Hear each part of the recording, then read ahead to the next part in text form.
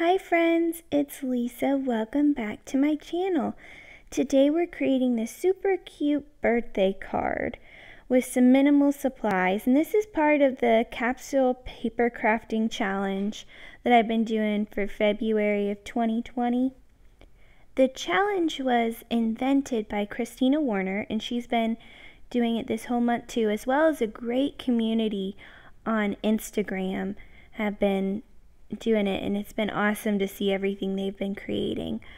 But Christina also has a monthly mail call, so if you are interested, you should definitely check out her channel. And I thought, what better to do than a birthday card, which is the theme for her mail call this month, with my paper capsule collection. Well, of course I don't have any birthday stuff. I honestly don't have any birthday stuff in my complete collection. When I realized that, I actually added a stamp set for birthdays so that I'd have at least something.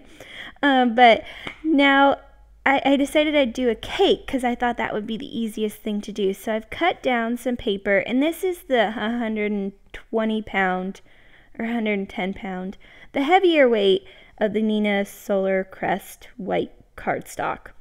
And I've just cut it into some random sizes. I'm going to cut those even smaller just to make the layers of the cake. You can see that I easily just ink blended the background with a light pink ink. I thought a happy girl birthday would be fun. I think you could add to the background if you added some streamers, and you could easily just draw those in with a marker or paint them in. I should have done that. That's such a smart idea. Of course, Lisa of like a week later thinks of this. Anyway, I think adding a little bit to the background would have been a lot of fun too, as well as the card ends up being a little bit more formal. I think you could definitely use it for a wedding as well. But if you just curved the corners of the cake layers, I think it would have toned down that formality. So next I'm going to take some texture paste, and this is paper texture paste from Prima, and it is my favorite type of texture paste. I don't know why, I just love it. I think it reminds me of when I was in elementary school and we had to all create something. And so they gave some ideas of what we could create.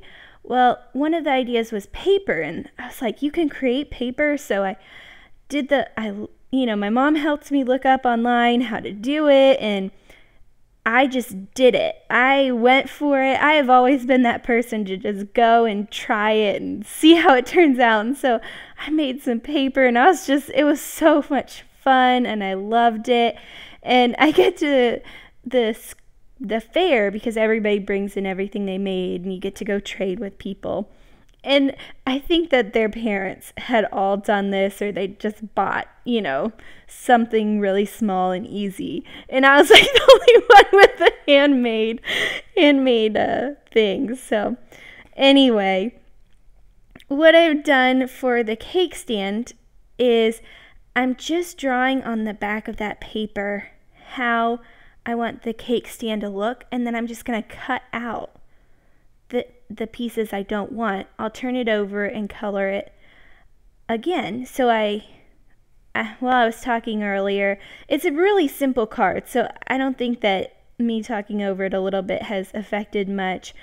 I just did the same thing as I did with the background on the little piece of paper before turning it over and drawing. I'm just adjusting that cake stand as needed.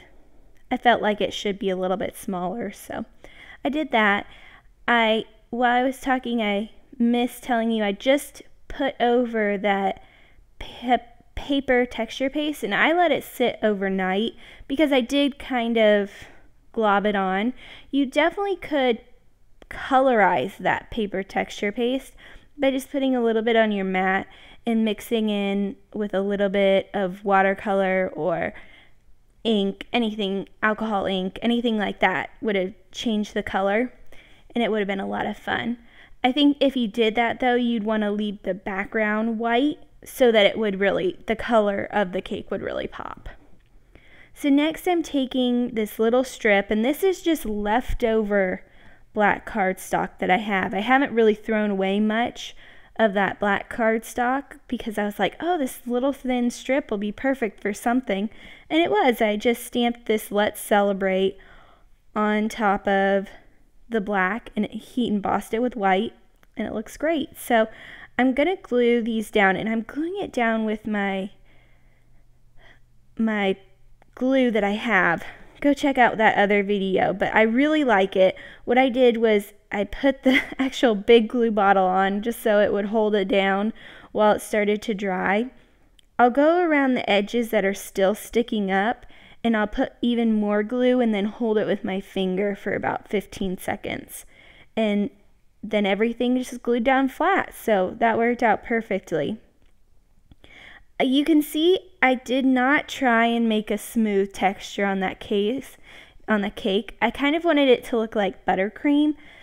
And I know that Instagrammers who make cakes get like perfect results, but you know, real people who make cakes don't get those kind of results. And so any cake I've ever made looks more like this, you know.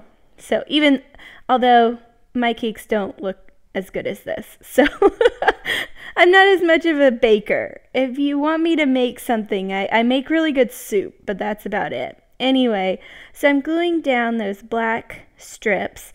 In the top 2 layers, I used a thinner strip of paper that I had because the middle layer really couldn't handle that big, thick black strip, so I just used some leftover paper as well and used the smaller.